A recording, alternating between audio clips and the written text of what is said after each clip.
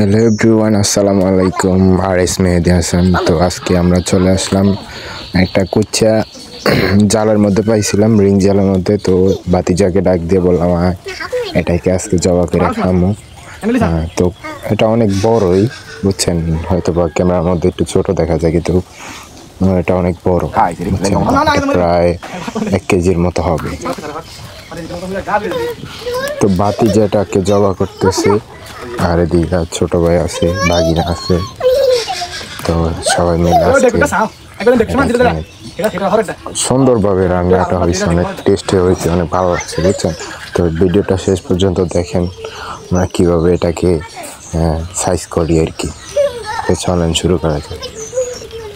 তো এটা জবা করার পরে এটাকে একটা নেকড়া দিয়ে, মানে গরু যেভাবে খালায় ওইভাবে খাওয়াইছে। তারপর চামড়াগুলা একটা নেকড়া দিয়ে টাইনা এটা পুরো শরীর থেকে আলাদা করে নেবে আর কি। তো আমি ফার্স্ট টাইম খাইতেছি বা মনে করেন নিয়ে করতেছি। তো এটা অনেক বড় দেখে আমি নিয়ে আসছিলাম না, এটা ছাইড়ে দিতাম। এটা অর্ধেক টানার পরে ছিঁড়ে গেছে, এখন আবার চামড়াটা উঠাইতেছে, চেষ্টা করতেছে। তো উঠাইছে, এখন ছুরিটা মাটির নিচে গাইতা, এখন আবার টানতেছে। অনেক শক্তি লাগে আর কি এটা ইয়ে করতে। পিসগুলো একবারে শৈল মাছের যে পিসগুলা হয় ওইরকম ছোট ছোট আর কি, মানে অন্যরকম একটা আলাদাই ইয়ে আসে, ফ্লেভার আসে। তো এটা চলানোর পরেও দেখেন এটা লাফাইতেছে।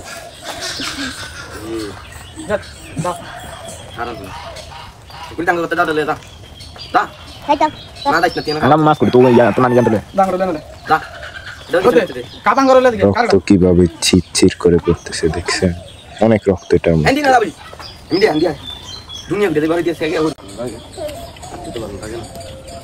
তারপর মাথাটাকে একটু ছাইছা এখন এখানে কেটে ফেলবে। এই যে কেটে ফেলতেছে, এইটুকুই রাখবো আর বাকি সব ফেলে দেওয়া হবে আর কি। এখন এটা শেষ কাজ, এখন এটাকে জাস্ট মাছের মতো পিস করবে আর কি, ছোট ছোট। তো এই চামড়াগুলা নিয়ে একদম একটা ডোবাতে ফালে দিয়া তারপর কাইটা যে ধুইতেছে আর কি। পরিষ্কার করে ধুইতে হয়, না হয় ইয়ে হয় না।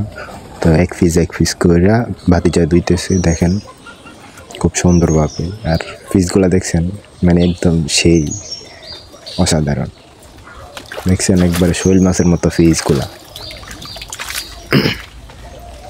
তো রান্না শেষ, দেখেন রান্নার কালারটা দেখেন, মানে অসাধারণ, খুবই টেস্ট।